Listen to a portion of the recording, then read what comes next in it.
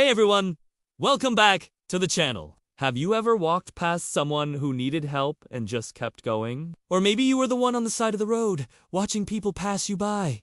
We've all been there, on one side or the other. It's a tough situation, and it makes you wonder, what does it truly mean to be a good neighbor? We're going to dive into one of the most powerful stories ever told to find an answer that might just change how you see everyone around you.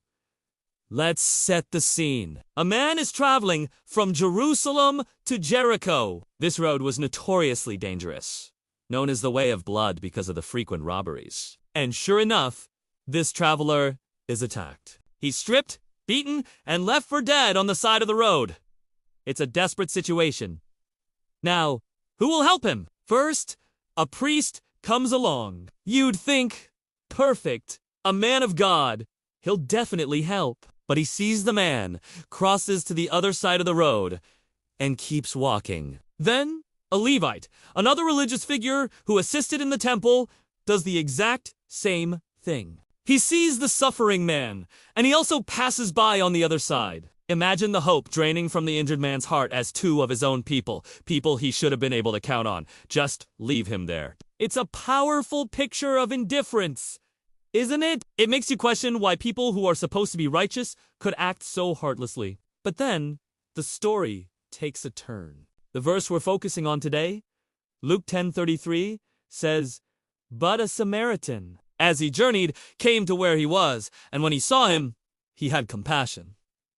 This is the game changer. Samaritans and Jews in that time were bitter enemies. They had deep religious and cultural divides. A Jew would never expect help from a Samaritan, and a Samaritan would have every reason to ignore a wounded Jew. But this Samaritan doesn't see an enemy. He sees a human being in desperate need. And his compassion isn't just a feeling. It's an action! The story goes on to say that he went to the man, bandaged his wounds, pouring on oil and wine, which were common medical treatments back then. He didn't just do the bare minimum. He put the man on his own animal, took him to an inn, and took care of him. Think about that. He interrupted his own journey, spent his own resources, and took a personal risk to care for a total stranger, an enemy even. The next day, he gives the innkeeper to denarii that's about 2 full days' wages, and tells him, "Take care of him, and whatever more you spend, I will repay you when I come back." This isn't a fleeting moment of pity. This is a profound, costly, and ongoing commitment to another person's well-being. He takes full responsibility. So, what's the life lesson here? Jesus told this story in response to a question, who is my neighbor? The answer isn't about geography, or race, or religion. Your neighbor is anyone you encounter who is in need. True compassion crosses boundaries and overcomes prejudice. It's not about feeling sorry for someone. It's about doing something to help. The priest and the Levite might have had their reasons. Maybe they were scared. Maybe they were in a hurry. Maybe they thought they were too important, or that helping would make them ceremonially unclean. But their reasons didn't help the man dying on the road. The Good Samaritan teaches us that love is an action verb. It's inconvenient. It's costly. It requires us to get our hands dirty. It means stopping when it's easier to keep going. It means seeing the humanity in everyone, even those we've been taught to dislike or ignore. So, the challenge for us today is this.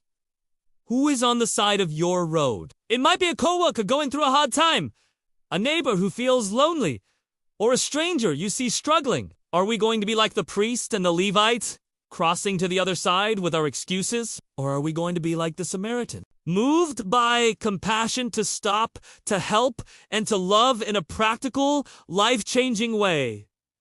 The choice is ours, every single day. Thanks so much for watching. If this story resonated with you, hit that like button and subscribe for more content that dives deep into life as biggest questions in the Bible.